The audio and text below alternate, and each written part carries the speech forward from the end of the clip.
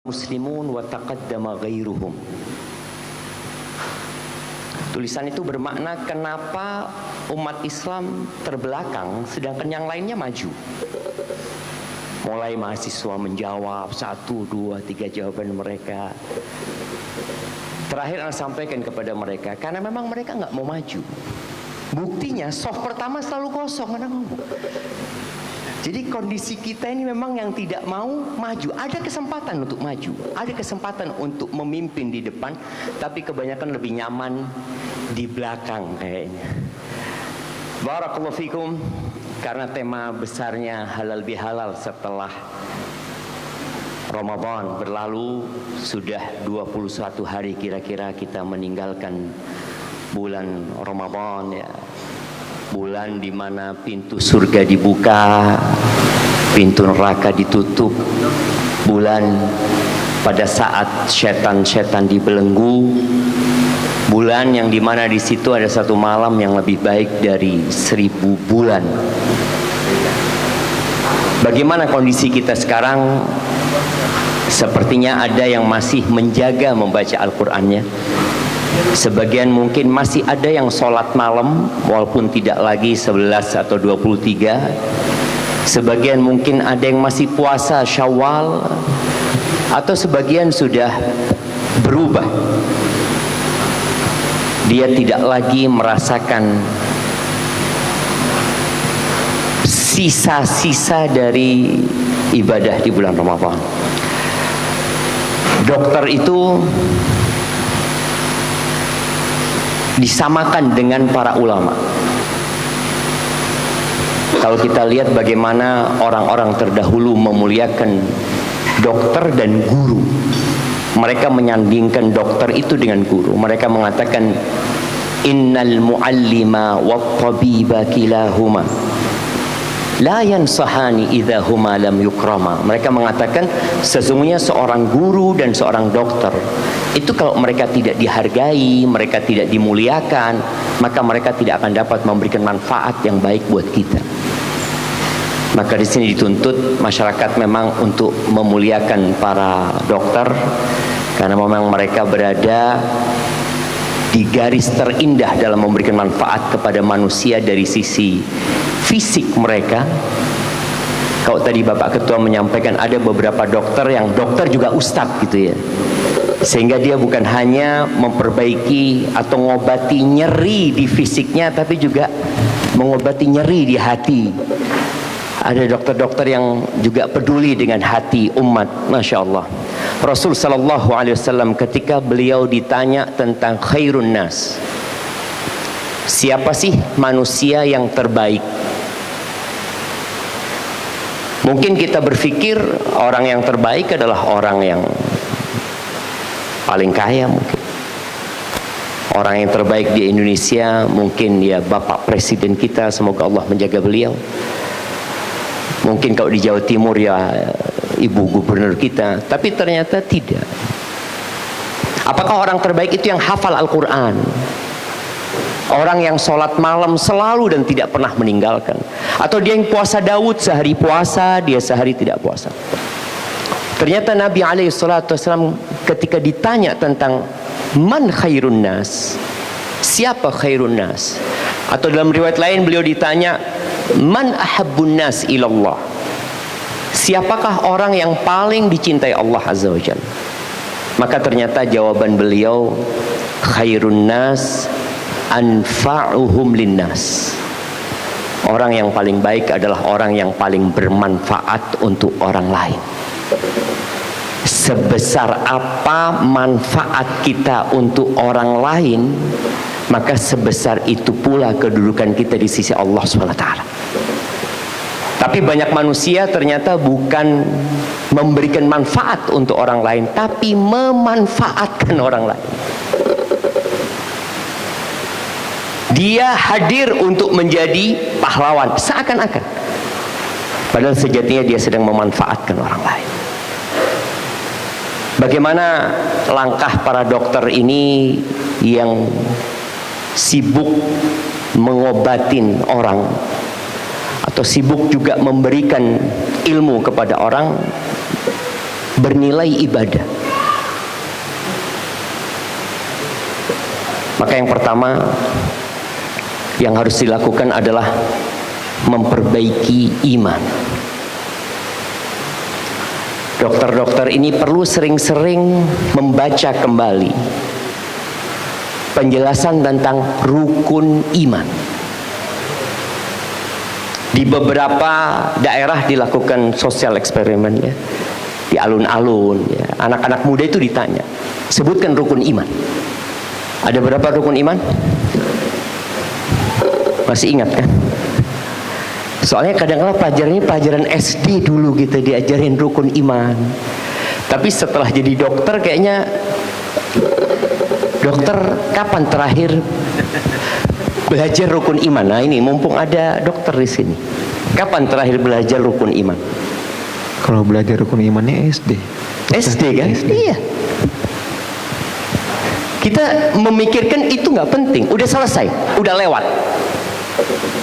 Padahal untuk menjadi dokter sampai hari ini pun terus belajar. Kok tadi pertanyaan-pertanyaan dari Dokter Kohar menunjukkan, loh anak kepingin tahu lebih dalam lagi tentang urusan nyeri saja. Ada nyeri yang tidak pernah selesai. Allah Azza wa Jalla menyebutkan tentang nyerinya penghuni neraka. Kullama nadijat juluduhum baddalnahum juludan ghairaha liyadhuqul adzab. Setiap kali kulit mereka itu matang karena dibakar, kata Allah, kami ganti dengan kulit yang baru. Kenapa Allah lakukan itu? Liyadhuqul adzab, agar mereka terus merasakan nyeri, agar mereka terus merasakan siksa itu. Maka bicara rukun iman, itulah modal utama untuk menjadikan semua langkah kita bernilai pahala. Rukun iman yang pertama apa? An tu'mina billah, beriman kepada Allah Azza wa Jalla. Kita beriman bahwa Allah itu ada. Kita beriman bahwa Allah itu yang menghidupkan dan mematikan kita. Makanya seringkali dokter-dokter yang bijak mengatakan kepada pasiennya, kami tidak bisa menyembuhkan, kami hanya berusaha. Kesembuhan itu di tangan Allah Azza wa Jalla. Dan memang benar, kita hanya berusaha. Yang memberikan rizki Allah Azza wa Jalla. Ada orang yang terus bekerja dari pagi sampai malam, tapi sampai mati dia miskin. Karena memang manusia tugasnya berusaha. Kita beriman bahwa yang mengatur alam semesta ini adalah Allah Azza wa Jalla, yang menurunkan hujan, yang menumbuhkan biji-bijian, yang menurunkan penyakit, dan kemudian mengangkat itu penyakit. Itu Allah Azza wa Jalla. Dan dokter anestesi, subhanallah ya, bagaimana dia berpikir pasien ini tidak merasakan sakit. Itu usaha.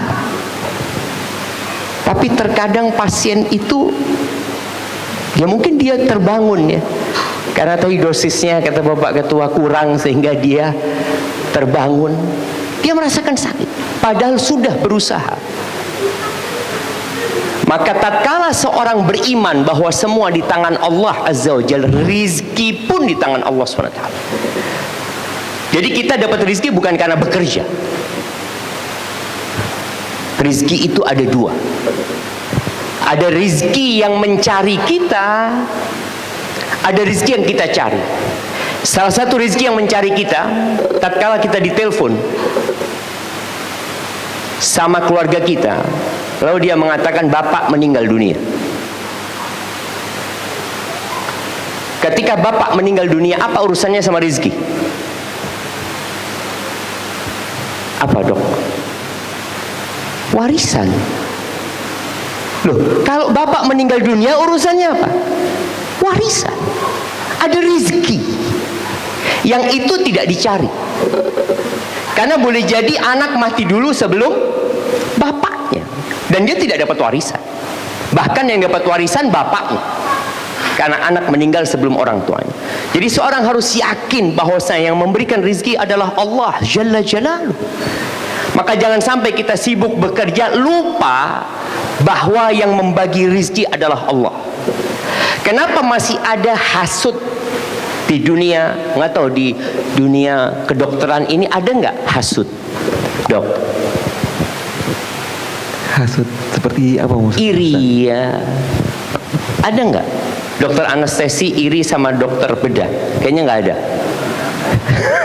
Kembali ke hati masing-masing.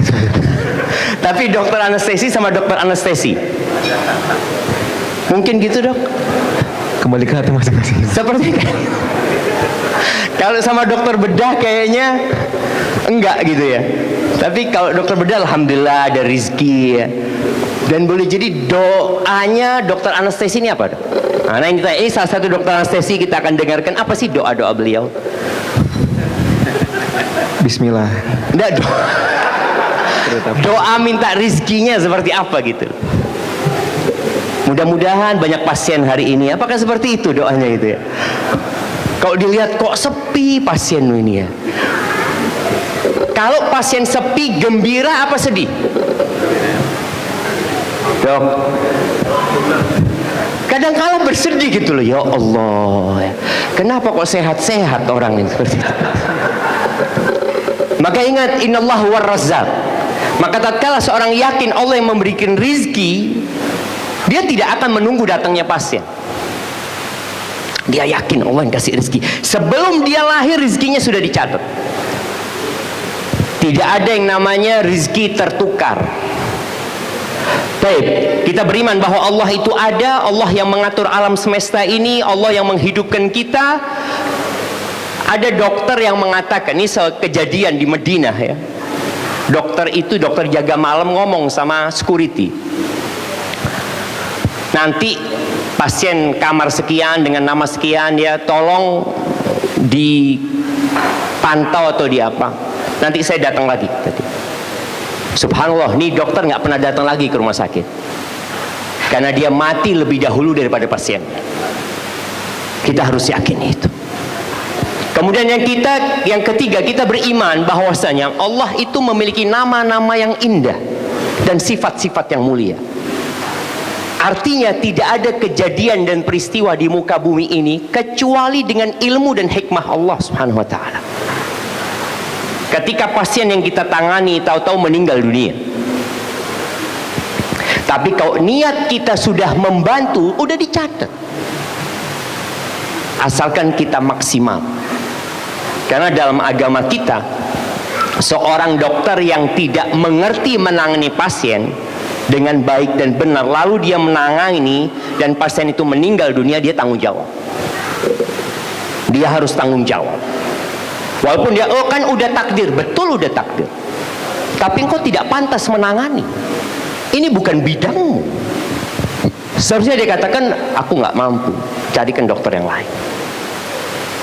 Itu berkaitan dengan sifat-sifat Allah yang maha indah, nama-namanya, di mana Allah maha pengasih, maha penyayang, Allah yang menyembuhkan, Allah yang mencintai, Allah yang memberikan rizki.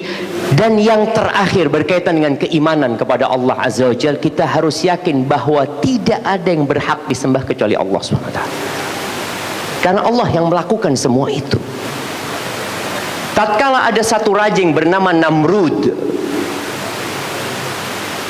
dia mengaku Tuhan, dan Nabi Ibrahim alaihissalam datang berdialog dengan dia. Nabi Ibrahim mengatakan kepada Namrud ini, Rabbiyalladzi yuhyi wa yumit, Tuhanku yang menghidupkan dan mematikan. Apa kata Namrud? Ana uhyi wa umit. Oh, kalau menghidupkan dan mematikan, aku juga bisa. Dia datangkan dua orang yang divonis mati, yang satu dibunuh, yang satu dimaafkan. Ini aku hidupkan ini dan aku matikan ini. Nabi Ibrahim tidak memperpanjang dialog dalam bab ini. Lalu Nabi Ibrahim mengatakan, innallaha ya'ti bisyamsi minal masyriq fa'ti biha minal maghrib.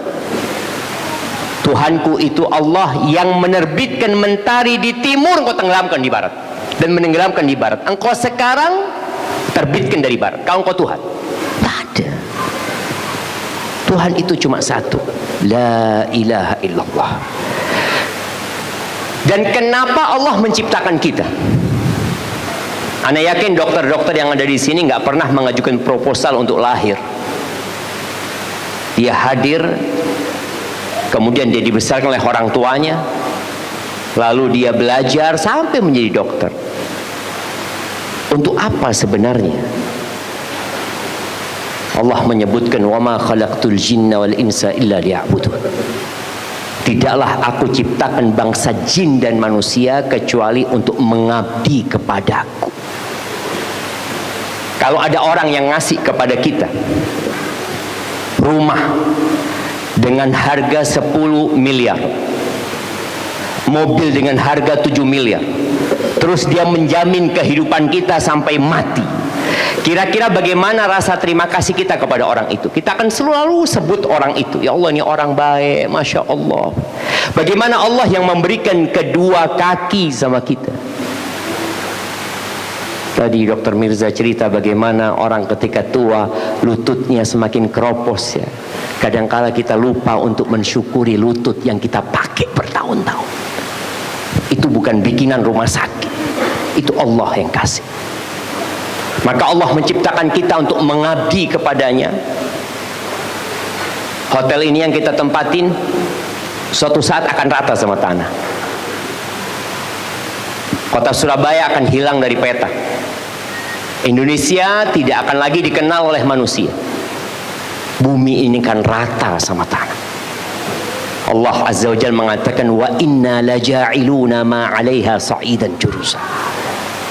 Tuhan kita mengatakan sesungguhnya kami akan menjadikan semua yang indah-indah di muka bumi ini itu menjadi tanah yang tandus dan datar. Maka ketahuilah bahwa dunia ini tidak punya masa depan. Jangan terlalu ambisi dengan dunia, nggak ada masa depan. Kita lihat sebagian kita sudah putih rambutnya, sebagian kita sudah nggak mampu lagi untuk berlari, padahal harta dia banyak. Karena memang tempat ini tempat untuk menguji kita, siapa yang terbaik di antara kalian amalannya. Tapi yang kedua, beriman dengan malaikat Allah Azza wa Jalla. Itu rukun iman yang kedua. Sehingga tatkala seorang bekerja, dia selalu dalam pengawasan. Sekarang ada CCTV yang membuat orang akhirnya tatkala dia bekerja, dia khawatir dengan CCTV yang selalu mengontrol. CCTV di Indonesia ini rata-rata pemiliknya adalah pribadi. Kalau ya swasta mungkin negeri-negeri. Subhanallah, di Arab Saudi kemarin ada teman buka restoran, dia cerita CCTV di Arab Saudi Ustaz, yang pasang itu pemerintah Arab Saudi Ustaz. Di warung-warung itu pemerintah. Kenapa? Karena pemerintah mau mengawasi semua kegiatan yang ada di masyarakat. Jadi rekamannya itu bukan milik warung, bukan milik rumah sakit, tapi ada di pemerintah. Dan Allah Azza wa Jal senantiasa mengawasi kita. Dan ada malaikat-malaikat yang mencatat dan mengawasi kita. Sehingga tatkala kita hendak melakukan sesuatu yang tidak etis, kita jadi takut. Maka beriman dengan malaikat ini perlu ditumbuhkan. Yang ketiga, beriman dengan kitab-kitab yang Allah turunkan. Boleh anak kasih kuis, ada hadiahnya. Bagaimana tim? Oke, anak mau kasih kuis. Sebutkan 5 nama malaikat. Ini angkat tangan.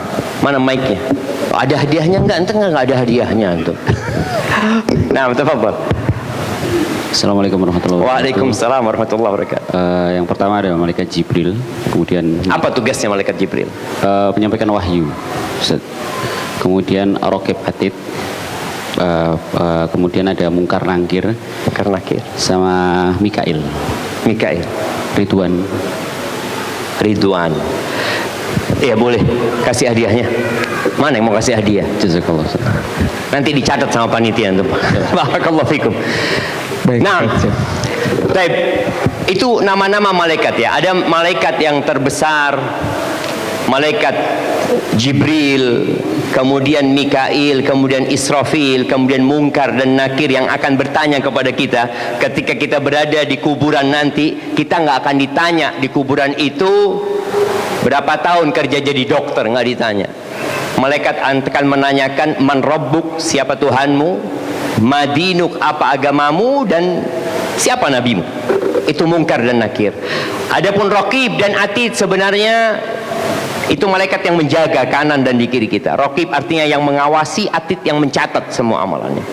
Baik, jazakallah khair atas jawabannya. Pertanyaan yang kedua, sebutkan 5 kitab-kitab yang pernah Allah turunkan ke muka bumi.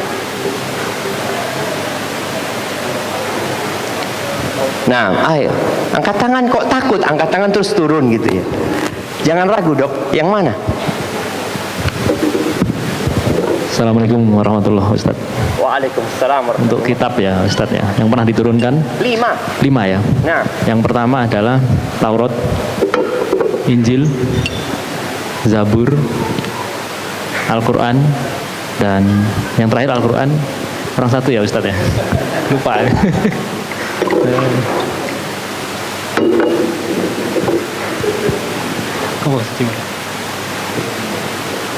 Lupa Pak Ustaz. Lupa cuma Ustaz. 4 namanya. Baik, kasih hadiah yang nggak apa-apa betul ya. Masya Allah, jazakallah khair. Baik Ustaz. Iya, ada Satu lagi. Suhuf Ibrahim. Ibrahim. Oh, kayaknya bagi 2 hadiahnya sama Dr. Mirza ya. Suhuf Ibrahim ya, lembaran-lembaran Nabi Ibrahim alaihissalam. Barakallahu fikum. Kalau kita lihat, Muslim itu harus beriman dengan Taurat. Allah pernah nurunkan kitab kepada Nabi Musa namanya Taurat. Walaupun sudah mengalami perubahan sehingga kemudian diutus Nabi Isa dengan Injil.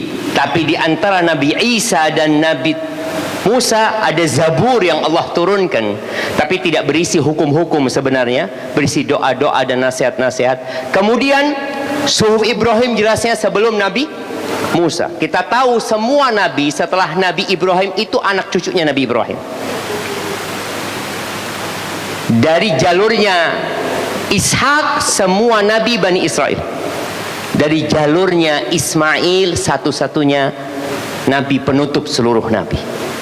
Jadi Allah turunkan kitab-kitab itu kemudian ditutup dengan Al-Quran. Jadi Al-Quran itu adalah edisi terakhir dari kitab-kitab yang Allah turunkan. Maka tidak akan ada kitab selanjutnya, dan itu kitab yang paling sempurna. Dan harapan ana, dokter-dokter kalau bisa bukan hanya menghatamkan literatur berkaitan dengan anestesi, literatur yang Allah turunkan ini dibaca dan dihatamkan. Namun ternyata membaca Al-Quran itu tidak hanya sekali. Seumur hidup kita harus tetap membaca Al-Quran. Beriman dengan Al-Quran secara detail. Kalau beriman dengan Taurat, kita meyakini Allah pernah menurunkan Taurat. Beriman dengan Zabur, Allah pernah menurunkan Zabur, menurunkan Injil, tapi kemudian ada perubahan-perubahan, lalu Al-Quran menyempurnakan semua itu. Di antara yang Allah sebutkan dalam Al-Quran berkaitan dengan kita bekerja sekarang ini, bagaimana supaya dapat pahala akhirat. Di akhir surat Al-A'la itu ada potongan ayat, yang ayat ini ada di Taurat dan ada di Suhuf Ibrahim. Siapa yang mau nyebutkan? Ini ayat ada di Taurat dan ada di Suhuf Ibrahim dan ada di Al-Quran.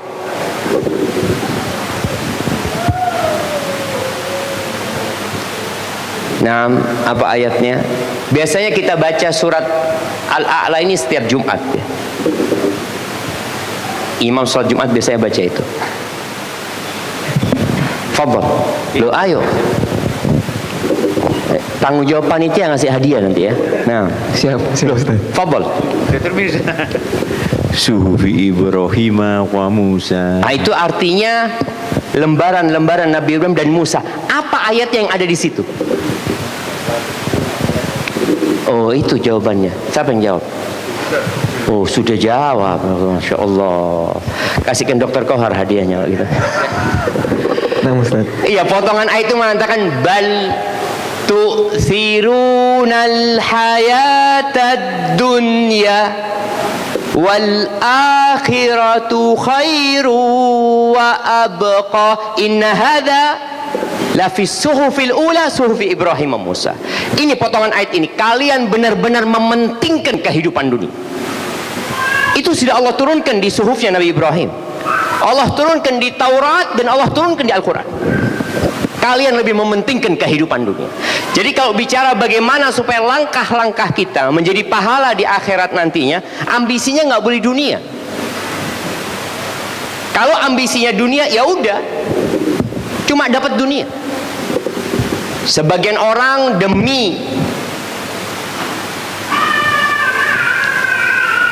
dokter ini lebih tinggi gajinya apa preminya? Sepertinya saya kurang kapabilitas untuk Gimana? mengatakan itu, Ustaz. Lebih. Ada satu dokter, Ana tanya, dokter kok sampai nggak punya waktu buat istrinya, buat anak-anak? Iya Ustaz, Ana praktek pagi di rumah sakit ini, praktek sore rumah sakit ini, habis maghrib nanti isya. Ana mau tanya, dok, itu pilihan dokter apa itu kewajiban dari pemerintah? Ya pilihan Ustaz. Kita itu memilih kadangkala untuk tidak berkumpul sama keluarga, padahal kita punya waktu untuk kumpul sama keluarga. Bisa nggak praktek cuma 2 kali sehari? Ya bisa Ustaz, tapi kurang fulusnya Ustaz. Kita lebih mementingkan kehidupan dunia. Jadi kalau ingin langkah kita memang menjadi akhirat, maka tolong ambisinya akhirat. Bekerja untuk akhirat. Gimana kita cari uang tapi tujuannya akhirat?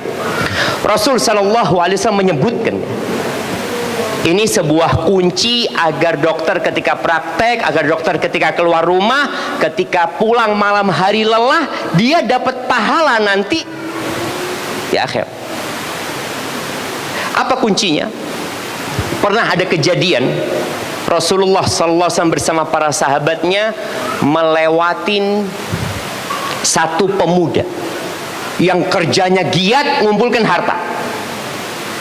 Lalu para sahabat memberikan komentar, laita hadza fi sabilillah. Kalau semangat kerjanya ini untuk berjuang di jalan Allah, bukan untuk cari dunia, kan lebih baik. Lalu kata Nabi SAW, lau kana kharaja yas'a, dia nih kalau keluar dari rumahnya bekerja dalam rangka memberikan nafkah kepada anak-anaknya yang masih kecil, fahuwa fi sabilillah, maka dia terhitung di jalan Allah. Dia cari dunia tapi tujuannya untuk memberikan nafkah. Yang kedua kata Nabi SAW, lau kana kharaja yas'a ala abawaini syaikhaini kabirain fahuwa fi sabilillah. Kalau dia keluar dari rumahnya bekerja dalam rangka memberikan nafkah kepada orang tuanya yang sudah sepuh, maka dia di jalan Allah. Yang ketiga, lau kana kharaja yas'a, kalau dia keluar rumah bekerja dalam rangka memberikan nafkah kepada dirinya, agar dia tidak menjadi sampah di masyarakat, agar dia tidak jadi benalu di masyarakat, agar dia bisa mandiri, tidak menyusahkan orang lain, atau tujuan dia untuk menikah, fahuwa fi sabilillah, maka dia pun di jalan Allah. Ada satu tujuan yang bukan di jalan Allah. Lau kana kharaja yas'a riya'an wa mufakharatan fahuwa fi sabilis syaitan. Tapi kalau dia bekerja dalam rangka pamer, dalam rangka berbangga-banggaan, dalam rangka mau ganti HP, mau ganti mobil, tujuannya hanya untuk membanggakan dirinya, fahuwa fi sabilis syaitan, maka ini orang di jalannya setan. Apa sih yang dibanggakan di dunia? Yang semua akan menjadi tanah. Maka tolong kalau memang benar-benar ingin langkahnya bernilai ibadah, tadi niatkan. Ana lihat wallahu a'lam ya, mungkin salah, nanti dokter bisa diperbaiki. Ada kondisi dokter yang baru jadi dokter, itu masih bekerja untuk memenuhi kebutuhannya. Tapi nanti tambah lama bukan lagi kebutuhan. Sepertinya sudah untuk gaya hidup. Bukan untuk kebutuhan hidup, tapi untuk gaya hidupnya dia. Ada unsur berbangga-banggaan. untuk pamer kepada orang lain. Usahakan niat itu senantiasa dievaluasi. Baik, itu bicara manusia lebih mementingkan kehidupan dunia, padahal dunia tidak punya masa depan. Profesor-profesor yang sekarang mungkin namanya menjadi nama rumah sakit, mereka udah nggak ada, jangan. Mereka sudah menjadi tanah yang dibawa ke sana hanya amal dia. Yang keempat, beriman dengan apa rukun iman yang keempat? Beriman kepada Rasul-Rasul Allah, utusan-utusan Allah. Dari sejak Nabi Adam, Nabi Nuh, Nabi Musa, Nabi Isa, sampai kepada Nabi Muhammad SAW. Jadi umat Islam ini beriman dengan semua Nabi, tanpa terkecuali. Dan setiap sebelum tidur kita mengatakan apa? La nufarriqu baina ahadin min rusuli. Kita dianjurkan baca akhir surat Al-Baqarah itu, kita tidak membeda-bedakan di antara utusan-utusan Allah. Kita beriman kepada Nabi Musa. Nabi Musa adalah Rasulullah. Nabi Isa, beliau adalah Rasulullah. Kemudian Nabi kita Muhammad alaihi salatu wasallam, penutup para nabi. Dan kalau ingin amalannya bernilai ibadah, ya contoh Nabi Muhammad sallallahu alaihi wasallam. Maka usahakan dokter-dokter ini punya di rumahnya bacaan tentang perjalanan hidup Rasulullah SAW. Bacalah tiap hari 10 menit, Qur'annya dibaca 10 menit, tentang nabinya dibaca 10 menit, sehingga dia tahu ketika Allah memberikan kepada dia kedudukan sebagai dokter yang dihormatin dan dimuliakan dalam rangka melanjutkan perjuangan Nabi Muhammad SAW, menyelamatkan umat manusia bukan dari rasa sakit di dunia, tapi dari rasa sakit kelak di akhirat. Satu hari di akhirat itu seperti 1000 tahun dalam perhitungan manusia. Dan yang menarik jamaah, di surga itu tidak ada rumah sakit. Jadi dokter nggak bisa praktek di sana. Tidak ada rumah sakit. Di surga itu tidak ada klinik. Di surga itu tidak ada apotik. Dan subhanallah, di surga itu nggak ada toilet. Nggak ada toilet. Di sana tempat bersenang-senang, tapi beramalnya sekarang. Sekarang capeknya, sekarang lelahnya. Maka jangan sampai capek lelah tapi tidak bernilai ibadah. Inna solati wa nusuki wa mahyaya wa mamati lillahi rabbil alamin. Dokter tuh punya janji suci ya. Dokter tuh punya, iya, ada sumpah ya, ada sumpah. Itu sumpah selama dia menjadi dokter. Ada sebuah predikat yang tidak akan lepas dari dokter. Predikat itu adalah hamba. Kita semua hambanya Allah SWT, budaknya Allah. Kita nggak punya apa-apa. Dari ujung rambut sampai ujung kaki milik Allah SWT. Maka kapan Allah mau ambil, Allah ambil. Dan tidak ada yang bisa kemudian memberhentikan ketika Allah mau ambil itu. Ikrar dan sumpah kita mengatakan, sesungguhnya solatku, sesungguhnya sesembelihanku, hidup dan matiku lillahi rabbil alamin, milik Allah, Tuhan pencipta alam semesta ini. Maka tolong berusaha untuk membaca tentang perjalanan hidup Nabi SAW, yang beliau berusaha untuk menyelamatkan umat manusia dari rasa sakit kelak di akhirat. Kemudian rukun iman yang kelima, apa jemaah? Beriman dengan hari akhir. Beriman bahwa dunia ini akan berakhir. Beriman bahwa di sana ada surga dan neraka. Beriman bahwa Allah akan membangkitkan yang mati. Beriman bahwa ada sirat yang berada di atas neraka jahanam. Keimanan ini yang membuat sebagian dokter, ketika pasien itu nggak mampu, dia katakan nggak usah bayar, nanti dibayarnya di akhirat saja. Bayarannya diminta ketika kita membutuhkan dengan bayaran tersebut. Ketika seorang tidak beriman dengan hari akhir, maka dia hanya akan memikirkan perutnya dan yang di bawah perut. Maka Allah sebutkan bagaimana sebagian manusia itu kal an'am, seperti binatang ternak. Kalau dilihat rutinitas hidupnya, dia pagi berangkat kerja, kemudian dapat uang, dia makan, kemudian jadi kotoran, dia kawin, besok seperti itu lagi. Terus apa bedanya dia dengan sapi? Apa bedanya? Sapi dipotong masih bisa dimakan, tapi kita nggak bisa dimakan. Maka tolong beriman dengan hari akhir ini adalah motor yang menggerakkan kita untuk acara ini. Motor yang menggerakkan kita. Kenapa kemarin kita puasa? Dapat apa kita puasa? Dapat apa kita sholat 5 waktu? Dapat apa kita sholat Jumat? Dapat apa kita berangkat haji? Sebentar lagi mungkin ada yang berangkat. Dapat apa? Nggak ada. Yang ada kita menyisihkan waktu kita, kita mengeluarkan uang kita, pulang nggak dapat apa-apa. Karena di sini memang waktunya beramal, nanti pahalanya di akhirat itu. Kemudian yang terakhir, waktu Anda tinggal 2 menit ya. Yang terakhir jemaah, beriman dengan takdir yang baik dan yang buruk. Dulu ada seorang penyanyi yang kemudian digugat oleh MUI.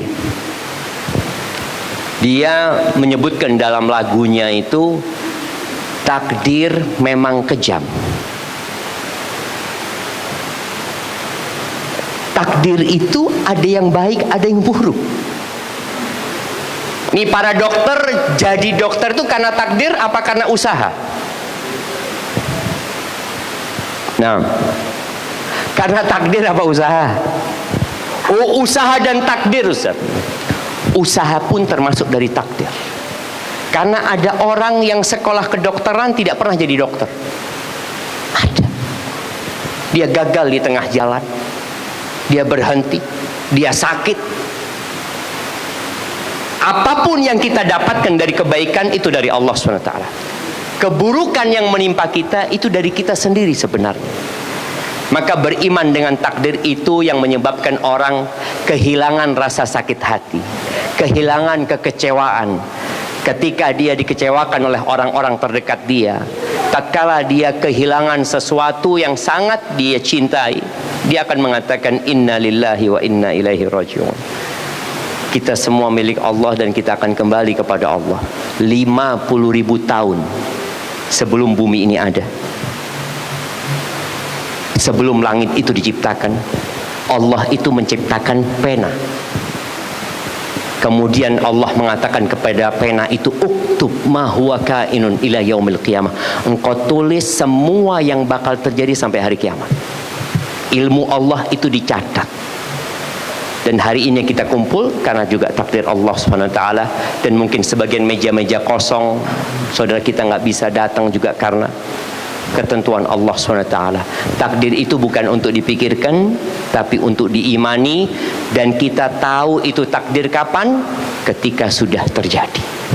Hadza wallahu a'lam bishawab. Jazakumullah khair. Ana makasih banyak kepada para dokter dan dikasih kesempatan untuk bisa menyampaikan di tempat ini. Ana kembalikan ke dokter siapa namanya? Fatih. Dokter Fatih. Jazakallah khair Dokter Fatih. Tafadhol. Syukran kasiran Ustaz Syafiq atas materinya. Insya Allah sangat bermanfaat bagi kita semua. Mungkin karena keterbatasan waktu, setelah ini akan ada sesi tanya jawab. Tapi hanya satu pertanyaan saja Ustaz. Tafadhol para hadirin, ada ingin bertanya? Hanya satu pertanyaan saja, mohon maaf. Tafadhol dokter.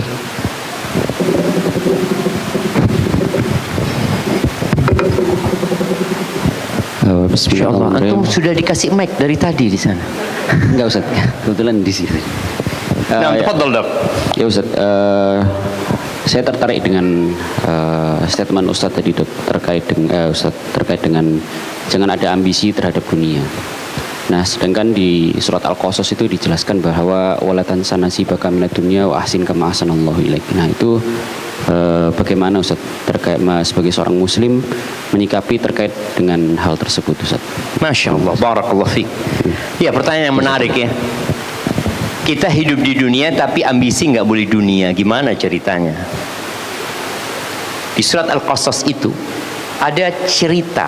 Al-Qasas itu artinya cerita-cerita, kisah-kisah ya. Itu ayat berkaitan dengan Qarun. Allah mengatakan Wabtaghi fima ataka Allah darul akhir. Jadi dikatakan kepada Qarun ini, engkau dengan apa yang Allah berikan kepadamu itu carilah akhirat. Jadi kalau bicara ambisi harus akhirat. Kenapa? Karena dunia nggak punya masa depan. Kebanyakan manusia itu memikirkan atau dalam bayangan dia masa depan itu masa pensiunan. Itu masa paling tidak nyaman. Jarang sekali yang memikirkan setelah kematian. Orang pensiun masih punya harta. Apalagi dokter masih dihormatin walaupun dia pensiun. Tapi ketika dia mati, dia diinjak-injak oleh anaknya sendiri. Ditinggal. Lalu anak-anaknya bagi warisan yang dikumpulkan sama orang tuanya selama ini. Jadi kalau bicara ambisi, akhirat. Wala tansa nasibaka minad dunya. Engkau jangan lupa bagianmu di dunia. Artinya kita hidup di dunia butuh biaya.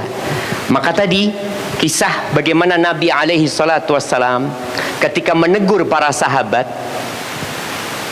tatkala ada orang yang bekerja untuk dunia, mungkin dianggap materialistis, kerjanya cuma untuk dunia. Enggak, tergantung niatnya.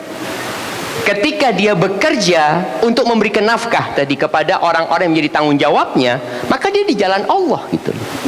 Tetap dia tujuannya akhirat. Kenapa akhirat? Karena dia bakal ditanya, istrimu kau kasih makan enggak? Orang tuamu kau kasih nafkah enggak? Anak-anakmu kau kasih nafkah enggak? Ada orang-orang mungkin yang jadi benalu di masyarakat. Dia tidak bekerja ngerepotin orang tuanya. Dia bakal ditanya sama Allah SWT. Yang bermasalah ketika dia bekerja hanya untuk berbangga-banggaan. Ini bicara ambisi. Hanya untuk gaya. Dan wallahu a'lam jamaah. Ana lihat dalam kehidupan real kita ini, orang yang kaya beneran itu tidak gaya. Tapi yang baru kaya itu yang gaya-gaya. Ada istilahnya apa? OKB. Ya, orang kaya baru itu kadang-kala mereka yang untuk menampakkan kekayaannya. Dia pakai mobil mewah dia hanya untuk pamer, bukan untuk kebutuhan dia. Ada orang nggak? Anak memang suka dengan mobil bagus. Oh, fadl, kau pakai.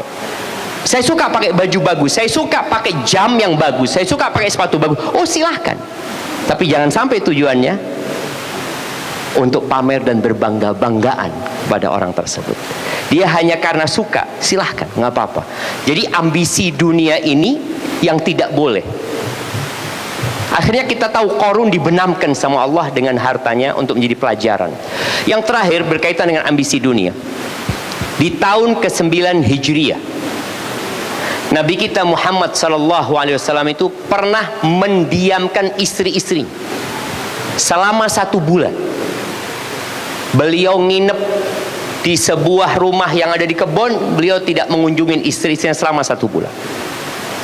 Setelah 1 bulan, beliau mendatangi istrinya satu persatu, lalu membacakan firman Allah di surat Al-Ahzab.